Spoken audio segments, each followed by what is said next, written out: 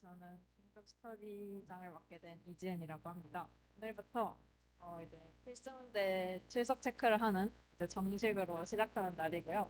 오늘은 DP라는 알고리즘에 대해서 배워보도록 하겠습니다. 자, 목표는 이렇게 되고요. DP라는 알고리즘에 대해서 배울 건데 관련된 문제를 5개 정도 가져왔어요. 여기 처음 3개는 좀 쉬운 거고 뒤에 2개는 어려운 문제이고 요쯤에 쉬는 시간을 가질 예정입니다. 자, 그러면 첫 번째 문제인 피보나치 수부터 한번 볼게요. 이 중급 알고리즘 스터디가 개강총회 때 설명드렸듯이 1학기 스터디의 1에서 4주차를 듣고 오셨거나 그 관련된 개념을 알고 계신 분이라고 가정을 하고 설명을 해드릴 건데요. 그래서 백트래킹을 알고 계신다고 생각을 하고 설명을 할 건데 모르셔도 그렇게 크게 지장은 없긴 할 거예요. 근데 그 용어가 나온다는 점을 알아주셨으면 좋겠습니다. 자, 먼저 이 피보나치 수라는 문제를 볼 건데 피보나치 수가 뭔지는 다들 아시죠? 이렇게 되는 수인데 만약에 5번째 이 피보나치 수를 구하고 싶다. 그럼 4번째와 3번째 숫자를 더한 그거가 피보나치 수가 됩니다. 그래서 n이 주어지고 n번째 피보나치 수가 뭐냐? 그거를 출력해라 라는 문제였는데 저희가 이거를 백트래킹으로 풀면 그러니까 모든 경우를 다 생각해서 이렇게 재기함수를 풀면은 요렇게 돼요.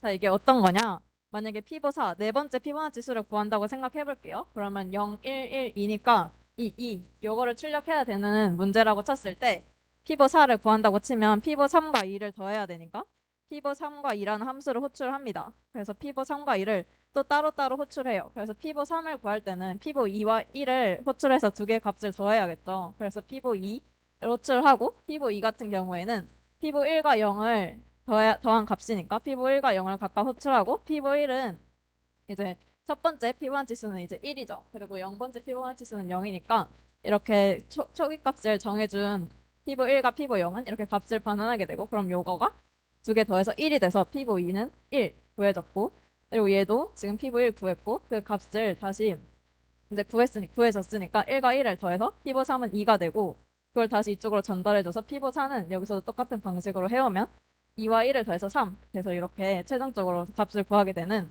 이런 재기함수 방식으로 이 문제를 풀 수가 있었는데요. 백트래킹으로 풀 때는 이렇게 풀었었어요, 문제를. 근데 이 문제 같은 경우에는 잘 보시면 n이 45보다 작거나 같은 자연수라고 했으니까 n이 최대 45라고 생각할 수가 있는데 자, 이 문제를 백트래킹으로 풀면 이런 식으로 되잖아요. 만약에 피보 5를 구해야 된다. 피보 n을 구해야 된다. 그럼 피보 n-1과 피보 n-2를 호출합니다.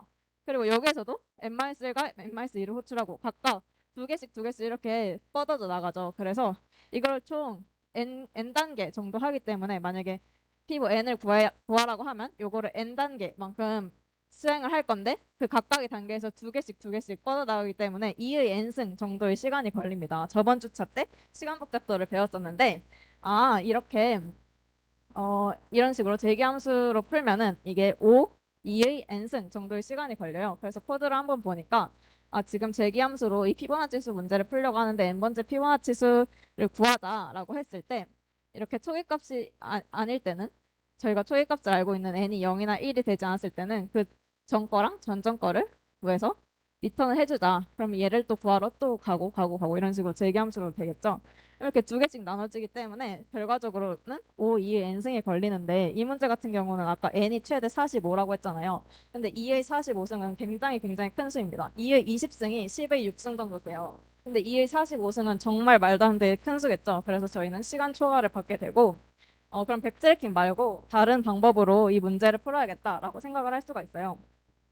그래서 이 문제를 어떻게 풀 수 있는지 한번 생각을 해보면 저희가 지금 여기에서 피보 5를 구할 때 피보 4와 3을 구했어야 됐는데 피보 4를 구할 때 3과 2를 구했고 여기서 또 2와 1을 구하고 이렇게 구했는데 여기 오른쪽에서 또 피보 3을 구하죠. 피보 3을 또 2와 1, 1과 0 이렇게 구하는데 저희가 여기서 이만큼을 다 구해놨는데 요만큼을 여기에서 또 같은 과정을 반복을 합니다. 저희가 여기 피보 3을 열심히 이렇게 뻗어 나가는 걸 이만큼을 했는데 여기서 또 똑같은 과정을 한 번 더 하죠. 그냥 이 값을 바로 이쪽으로 전달해주면 엄청 더 빨라질 텐데 이렇게 됩니다. 근데 피보 5만 해도 이렇게 겹치는 게 엄청나게 많은데 피보 2도 지금 몇 번씩이나 다시 계산을 하고 있고 근데 이 피보 n, 이 n 값이 커지면 커질수록 중복해서 계산하는 게 엄청나게 많아져요. 그래서 시간 초과가 나게 되는 거였고, 그래서 저희는 더 좋은 방법을 생각을 해볼 수가 있어요. 이미 계산한 적이 있는 값은 배열에다가 저장을 해놓고 빠르게 끌어와서 쓰자라고 생각을 할 수가 있는데, 만약에 여기서 여기 피보 5를 구할 때 피보 4와 3으로 나눠지고, 여기서 피보 3을 이미 다 구했으면은 이 피보 3 값을 배열에 저장을 해놓고 나중에 여기에서 또 이렇게 하는 게 아니라 여기에서는 아까 저장해준 값을 가져와서 바로 쓰는 겁니다. 그래서 제가 배열을 하나를 만들었어요. dp라는 배열을 만들었는데, 그거를 마이너스 1로 초기화 해놓는다고 여기 써져 있는데, 마이너스 1로 초기화 한 이유는 저희가 피보나치 수가 0부터 시작하잖아요. 0, 1, 1, 2, 3 이런 식으로 되기 때문에 절대로 마이너스 1이라는 값이 나올 수가 없죠. 그래서 일단 마이너스 1로 이 배열을 다 초기화를 해놓습니다. 그리고 초기 값인 dp0과 dp1을 이제 초기화를 해주고 이제 시작을 할 거예요. 그래서 피보나치 n번째 수를 구해보자. 그랬을 때 지금 n이 0도 아니고 1도 아니죠. 피보 5를 구한다고 치면. 그리고 그 피보 5가 이 dp 배열을 보니까 아직 마이너스 1이에요. 아직 한 번도 구해진 적이 없는 값이에요. 그럴 때는 아직 마이너스 1이 아니다. 이게 아니니까 요거를 실행을 합니다. 그래서 dp 5의 값을 구할 때는 이 피보 4, 피보 3 그거를 그 함수를 다시 실행을 시켜라. 그래서 피보 4.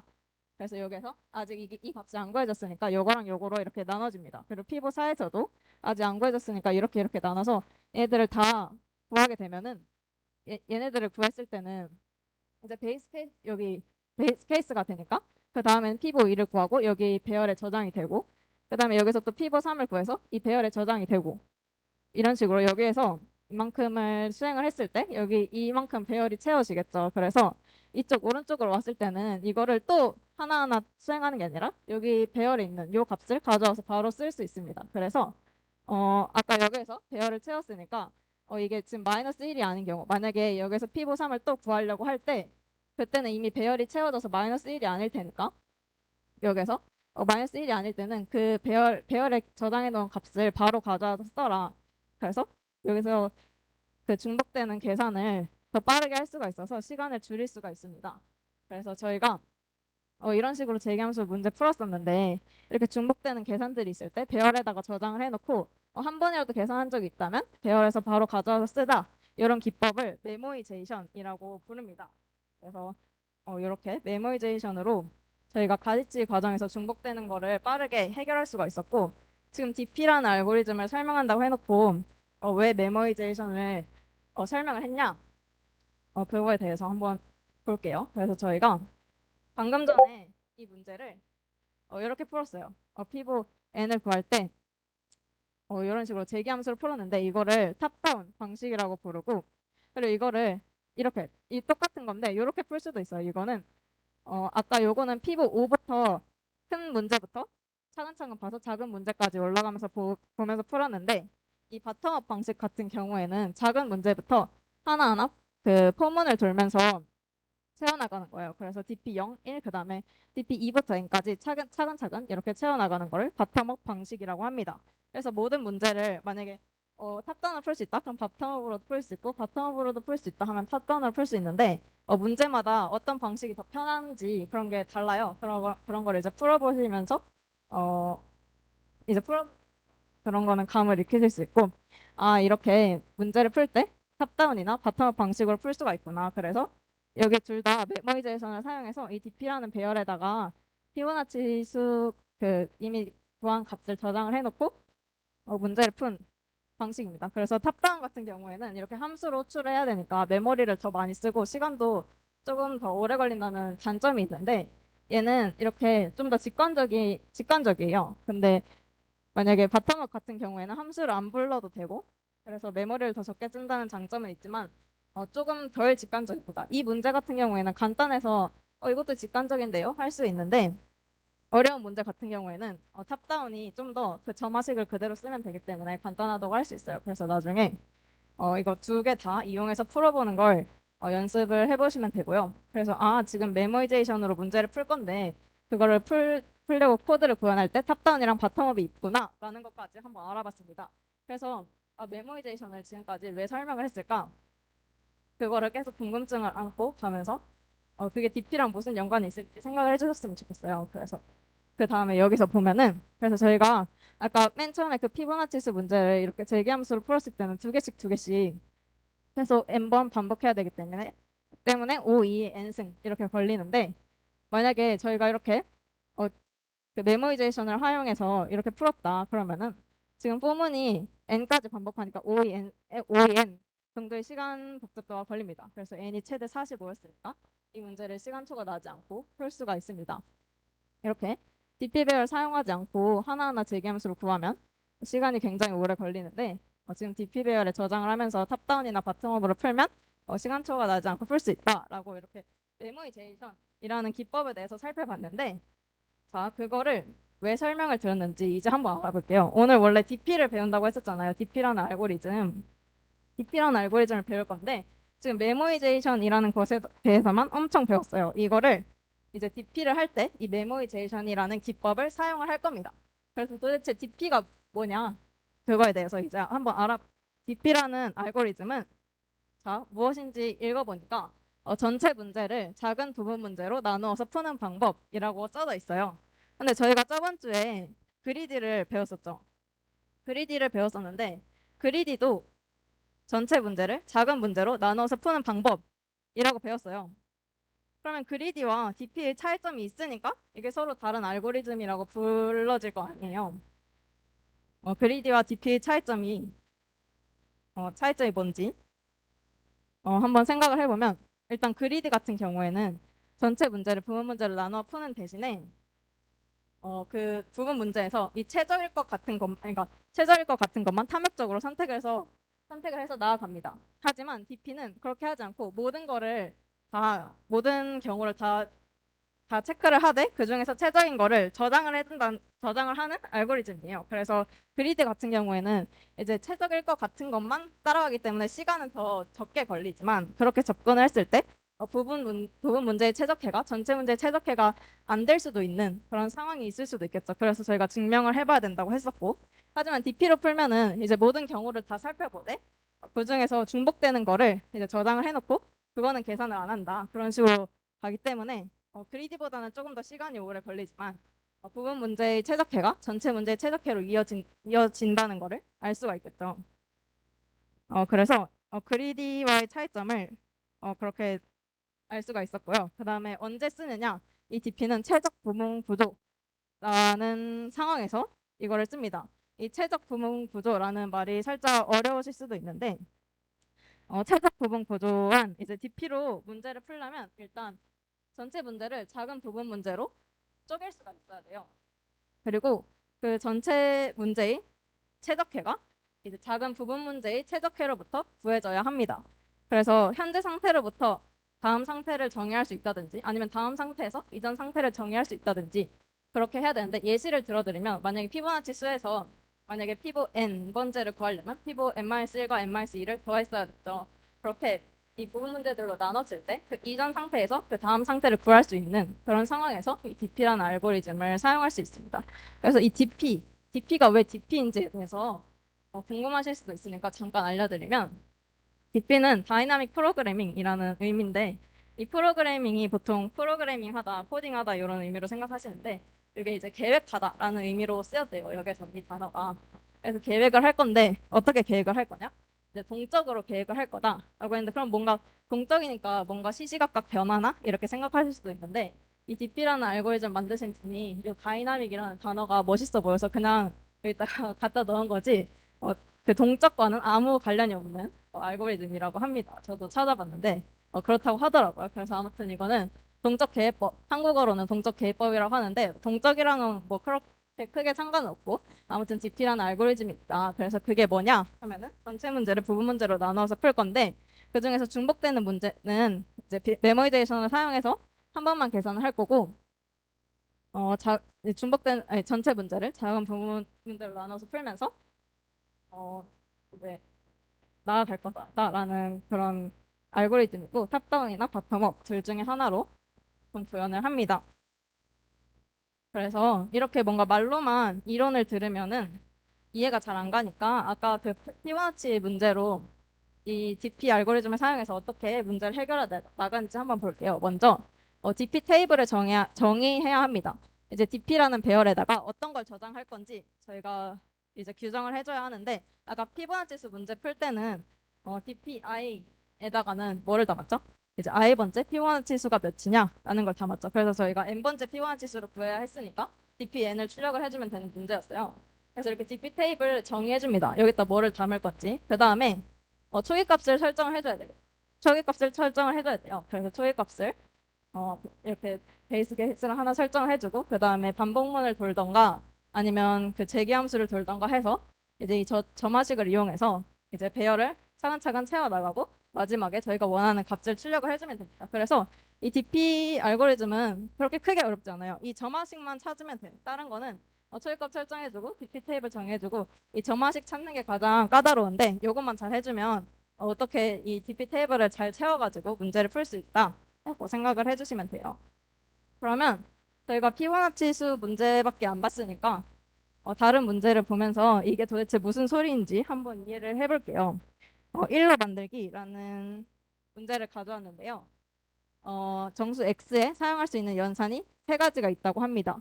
x가 3으로 나눠 떨어지면 3으로 나누고 2로 나눠 떨어지면 2로 나누고 1을 뺄 수도 있대요. 그래서 정수 n이 주어졌을 때 이 연산들 세 개 중에 적절히 사용해서 1을 만들 건데 연산을 사용하는 횟수의 최소값을 출력하라고 했어요. 그래서 이게 무슨 말이냐? 예제 입력. 만약 n이 10이라고 해볼게요. 그러면은 이 10을 1을 빼거나 뭐 3으로 나누거나 2로 나누거나 뭐 이런 연산 중에 몇 개를 해가지고 1을 만들어야 돼요. 10을 1로 만들어야 되는데 그러려면 이 연산을 어떤 걸 쓰던 간에 최소 몇 번을 해야 되냐. 만약에 이 3번 연산, 1을 빼는 연산만 계속 하면은 9번을 하면은 1이 만들어지겠죠. 근데 그건 최소가 아니니까 10의 경우에는 여기서 1을 빼고 그럼 9가 되겠죠. 그리고 3으로 나누는 연산 3이 되겠죠. 그리고 또 3으로 나누는 연산 1이 되겠죠. 그러면 세 번의 연산 만에 10을 1로 만들 수가 있잖아요. 그래서 답은 3을 출력한다. 이런 문제였어요. 이거를 저희는 오늘 DP를 배웠지만 저번 주와 비슷하게 DP를 안 배웠다고 생각하고 이 문제를 한번 접해볼게요. 자, 아직 DP를 안 배웠어요. 그러면은 모든 경우를 다 생각하는 완전 탐색으로 풀어야겠죠.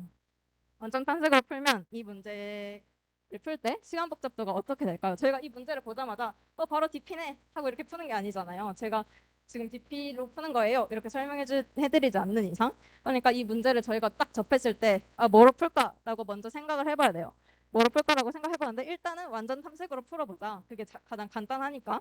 그래서 이 문제를 완전 탐색으로 풀어보는 거예요. 그러면 생각을 해봤더니 완전 탄식으로 풀면 시간 복잡도가 어떻게 될까라고 생각을 해봤더니 n이 있는데 이 n에서 저희가 할 수 있는 연산이 세 가지가 있죠. 근데 이 10이 3으로 나눠 떨어지지 않으니까 지금 두 가지만 표시를 해놓은 건데 만약에 6 같은 경우에는 2로도 나눠 떨어지고 3으로도 나눠 떨어지고 마이너스 1도 할 수 있으니까 이렇게 최대 세 가지 가지치기가 가능하잖아요. 그래서 한 숫자마다 총 3개를 할 수 있습니다. 그러면 총 3개를 할 수 있고 그리고 이거의 높이가 총 1씩 빠진다고 치면은 이거의 높이가 n만큼이 되겠죠. 만약에 10 같은 경우에는 9, 8, 7 이렇게 1씩 빠지는 경우가 있을 테니까 이 높이는 최대 n이 되고 그리고 한 레벨마다 총 3가지 방향으로 뻗어나갈 수 있기 때문에 총 3의 n승이라고 할 수가 있어요. 최대의 경우에. 시간 복잡도는 항상 최악의 경우를 생각해야 된다고 했었죠. 그래서 저희는 세 가지 연산을 쓸 수 있고 그거를 총 n의 숫자에다가 써야 되니까 만약에 이거를 모든 경우를 탐색하는 완전 탐색으로 푼다 하면은 총 5, 3의 n승이 걸리는데 n이 10의 6승이라고 했으니까 당연히 시간초가 나겠죠. 완전 탐색으로 풀려고 했는데 시간초가 나서 다른 알고리즘을 써야겠구나 라고 생각을 하는 거예요. 그러면은 그럼 어떤 알고리즘을 써야 될까 생각을 해봤더니 저희가 10에서 이제 10에서 5가 될 수 있고 9가 될 수 있는데 나누기 1에서 5가 되거나 빼기 1에서 9가 되거나 그리고 이 9에서도 뭐 이런 식으로 이렇게 쭉쭉 나아가는데 자세히 보니까 아까 피보나치 그 그래프랑 거의 비슷해요. 여기서도 지금 4가 있죠. 그리고 이만큼을 계산을 했죠. 여기서도 근데 4가 있는데 이거를 또 계산을 해요. 몇 번 만에 1에 도달할 수 있을지. 그래서 이게 지금 겹치는 문제가 있구나. 겹치는 문제가 있을 때는 저희가 메모이제이션을 활용해서 그 겹치는 문제를 해결하는 시간과 메모리를 줄이고 이제 메모이제이션 기법을 활용해서 DP로 풀 수 있겠다. 이렇게 생각이 흘러서 이 문제를 DP로 드디어 풀게 되는 겁니다.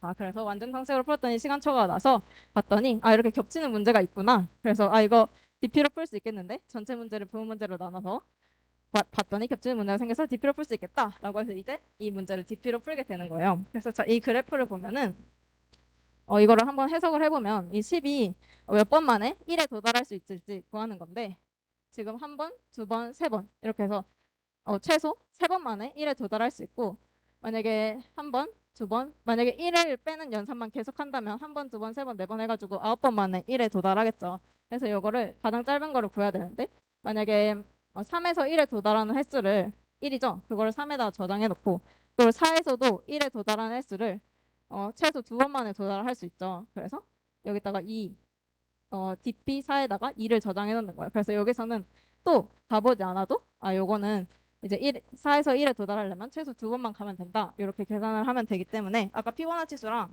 거의 유사한 문제라고 할 수가 있습니다. 그래서 이 문제를 다시 DP 푸는 방법으로 한번 정리를 해봤어요. 맨 처음에 DP 테이블을 정의하고 점화식을 찾고 이제 초회값을 설정하고 구현을 하면 된다고 했었죠. 그래서 DP 테이블을 정의를 해봅시다. 저희가 문제에서 구하라고 하는 거를 DP 테이블에다가 그냥 때려 넣으면 돼요. 문제에서 이제 이 DPX라고 하면은 이 X를 1로 만드는데 필요한 연산 횟수의 최소값을 구하라고 문제에서 했으니까 그걸 그대로 연산을 사용하는 횟수의 최소값을 출력하라 했으니까 그걸 DP 테이블에다 넣었습니다. 그래서 점화식을 찾아보니까 여기에서 이런 식으로 민 어쩌고 저쩌고라고 돼 있는데 이게 무슨 의미냐면 만약에 10을 볼게요. 10을 보면은 10을 나누기 2로 하면 5가 되고 빼기 1을 하면 9가 되죠. 그래서 9에서 1이 되는 그 9에서 1이 되는 최소 연산 횟수 더하기 1 하면 10이 되거나 아니면 5에서 1이 되는 최소 연산 횟수에다가 더하기 1 하면 그 10이 되는 최소 연산 횟수겠죠. 만약 5에서 1이 되는데 5에서 1이 되려면 최소 하나, 둘, 세 번 연산해야 되잖아요. 여기서 세 번 연산해야 되고 9에서 1이 되려면 하나, 둘, 두 번 연산해야 되죠. 그것 중에 최소값 두 번에다가 한 번 해가지고 총 3 이렇게 답이 되는 거예요. 그래서 여기에서 나누기 2가 가능하면 나누기 2 했을 때 그 DP 테이블에 들어있는 값과 그리고 마이너스 1 그리고 나누기 3 했을 때 DP 테이블에 있는 값들이 최소값 민값을 구해서 거기다가 1을 더해주면 10을 1로 만드는데 필요한 연산의 최소값 이렇게 되는 거예요. 그래서 여기 정화식을 보면 그걸 표현한 게 요겁니다. dpx는 10을 1로 만든 연산 횟수의 최소값인데 그게 뭐냐? 10이 3으로 나눠 떨어지지 않으니까 얘는 빼고 10을 2로 나눈 5, dp5 5를 1로 만드는데 필요한 연산 횟수의 최소값과 그리고 dp9 9를 1로 만드는데 필요한 연산의 최소값 둘 중에 작은 거에다가 1을 더해라. 그러면은 이제 10을 1로 만드는데 필요한 연산의 최소값이 되는 거예요. 보통 DP 문제가 거의 다 이런 느낌이에요. 그래서 이 문제랑 앞에 피보나치 수 비슷한데 그 두 개 문제를 이거 DP 처음 배우시는 분들은 그거에 집중해서 한번 이해를 해보셨으면 좋겠고요. 그리고 초회값은 1을 1로 만드는데 필요한 연산의 최소값은 0번이니까 이렇게 설정을 해주고 이 문제를 구현을 하면 됩니다. 그래서 구현한 코드를 보면 제가 탑다운으로도 풀 수 있고 바텀업으로도 풀 수 있다고 했죠. 이 문제는 쉽기 때문에 뭐 둘 다 편한 방법이에요. 보면은 저희가 DP 테이블에다가 연산의 최소값을 구해야 되니까 이 DP 테이블에 절대 들어올 수 없는 값인 마이너스 1로 DP 배열을 초기화를 해놓고 얘를 돌립니다. 그래서 메모이제이션을 사용한 모습을 볼 수 있죠. 만약에 이미 계산을 했던 거면 바로 반환을 하고 이미 계산을 안 한 거면은 그거 마이너스 1에다가 플러스 그 마이너스 1 한 것과 그리고 나누기 3 한 거, 나누기 2 한 거, 그거의 최소값에다가 플러스 1 한 값을 이제 반환을 해줘라. 이런 코드예요. 그래서 이것도 한번 읽어보시고 그리고 똑같이 바텀업으로도 똑같이 풀 수가 있습니다. 이거를 바로 마이너스 1 한 거에다가 1을 더한 거와 그리고 나누기 3 한 거에다가 1을 더한 거, 나누기 2 한 거에다가 1을 더한 거, 그것 중에 최소값을 바로 출력을 저장을 해주고 이제 나중에 마지막 dpn을 출력을 해줘라. 이런 문제였어요. 그래서 1로 만들기와 피보나치 수라는 문제를 풀어봤는데 둘 다 DP에서 기본적인 그런 개념을 알 수 있는 문제였고 만약에 처음 배우시는 분들은 사실 이 두 문제도 굉장히 어렵게 다가올 수가 있어요. 그래서 이 DP 문제를 풀 때 이제 점화식을 찾는 거. 저희 여기서도 이제 점화식을 찾아서 그거에 기반해서 코드를 작성을 했죠. 그래서 점화식 찾는 거에 중점을 두고 한번 문제를 바라보셨으면 좋겠습니다. 그래서 이렇게 기본적인 문제 두 개를 풀어봤고, 그러면은 아까 이 문제가 완전 탐색으로 풀었을 때 5, 3의 n승이어서 저희가 못 푼다 이렇게 했는데, 그럼 DP로 풀었을 때는 여기 보니까 포문을 한 번만 돌면 되죠. 그래서 5의 n, 5n만의 문제를 풀 수 있기 때문에 굉장히 널널하게 문제를 풀 수 있다라고 생각을 하시면 됩니다. 이렇게 두 번째 문제까지 봤는데 혹시 어렵나요? 여기 제가 사실 저번 주는 그냥 모든 분들께서 이제 들어오실 수 있었잖아요. 근데 이번 주부터는 신청을 받고 들어왔기 때문에 제가 어떤 분들이 신청을 하셨나 딱 봤어요. 근데 1학년 분들이 4분 정도 계시고 거의 다 2학년, 3학년, 4학년 분들이 계시더라고요. 그래서 제가 어떤 문제를 푸셨나 한번 봤어요. 근데 아까 피오나치랑 이 문제 거의 다들 푸셨더라고요. 근데 이미 다 푼 문제인데 뭔가 너무 천천히 하면은 루즈해지니까 제가 일부러 좀 빠르게 말을 했습니다. 그래서 혹시 아직 이거 뭔가 어려운데 잘 이해를 못했다 하시는 분들은 나중에 끝나고 질문을 해주시면 좋을 것 같아요. 그래서 저희는 빠르게 다음 문제로 넘어가 보도록 하겠습니다. 자, 요 문제도 이제 DP에서 굉장히 중요한 문제예요. 자, 한번 보겠습니다. 가장 긴 증가하는 부분 수열이라고 되어 있는데 가장 긴 증가하는 부분 수열이라고 되어 있는데 저희가 아까 목차에서 봤듯이 잠시 목차에서 봤듯이 제가 웹엑스가 중간에 갑자기 꺼지더라고요. 그래서 중간중간 확인을 해주고 있습니다. 목차에서 봤듯이 가장 긴 증가하는 부분 수열이라는 문제도 있고, 음, 가장 그리고 LCS라는 문제가 있는데, 자, 이 문제가 어떤 문제인지 잠깐 보고 오면은 가장 긴 공통 부분 수열 이런 문제가 있어요. 근데 이게 굉장히 유사한 문제이기 때문에 오늘 새로운 문제를 볼 건데 요거 나중에 할 거랑 유사하기 때문에 한번 어떤 문제인지 볼게요. 둘 다 중요한 문제예요. 수열 A가 주어졌을 때 가장 긴 증가하는 부분 수열을 구하라 라고 했는데 이 부분 수열 이게 뭔지에 대해서 한번 체크를 해볼게요. 부분 수열이라고 하면은 만약에 수열은 저희 다들 뭔지 아시죠? 수열 A가 있는데 뭐 10, 20, 12 이렇게 뭐 이렇게 이루어져 있대요. 근데 여기서 부분 수열이라고 하면은 10, 20 요것도 부분 수열이고 10, 10, 50 요것도 부분 수열이고 10, 20, 50 이것도 부분 수열이에요. 근데 만약에 문자열이라고 하면은 부분 문자열이다 라고 하면은 뭐 A, B, C, D, E라고 했을 때 A, B, C, D, E가 있는데 거기서 부분 문자열이다 하면은 뭐 A, B, E 이렇게 하면 안 되고 A, B 아니면 뭐 B, C, D 이렇게 연속되어야 합니다. 그래서 제가 말씀드리고 싶은 거는 부분 수열과 부분 문자열이라는 말이 있는데 부분 수열은 이렇게 영속되지 않아도 돼요. 하지만 이렇게 순서는 지켜야 하고 그리고 부분 문자열 같은 경우에는 부분 문자열 같은 경우에는 연속되어야 합니다. 만약에 A, B, C, D라고 했을 때 뭐 A, E 이런 거는 안 되겠죠. 그래서 그거는 이제 따로 알아두셨으면 좋겠고 아무튼 여기서는 부분 수열을 구하라고 했는데 가장 긴 증가하는 부분 수열을 구하래요. 그래서 부분 수열이 뭔지는 알았으니까 가장 긴 증가하는 부분 수열을 구하면 제가 10, 20, 30, 50 이렇게 총 길이 4인 가장 긴 증가하는 부분 수열을 구할 수 있습니다. 그래서 그거를 길이를 출력하라는 문제였고요. 자, 제가 아까 이 문제가 중요하다고 말씀드렸죠. 제가 이거를 설명드릴 때 가장 긴 증가하는 부분 수열 말고 이제는 LIS라는 말을 쓸 건데요. 그거는 가장 긴 증가하는 부분 수열을 영어로 한 다음에 앞글자를 딴 거예요. 그래서 보통 LIS라고 많이 부르는데 그 명칭도 알아주셨으면 좋겠습니다. 아무튼 저희가 이 문제를 풀어볼 건데 이것도 제가 DP 파트에서 가져왔으니까 아니 저게 DP 문제인가 하고 DP로 무작정 풀어버리실 수도 있는데 저희는 이 문제를 대회에서 만났다고 칩시다. 이게 태그가 어떤 분류인지 몰라요. 이 문제를 뭐로 풀어야 될지 모르는 상태에서 그러면 저희는 완전 탐색으로 먼저 접근을 해보겠죠. 그러면 이 문제를 완전 탐색으로 풀면 시간 복잡도가 어떻게 될까요?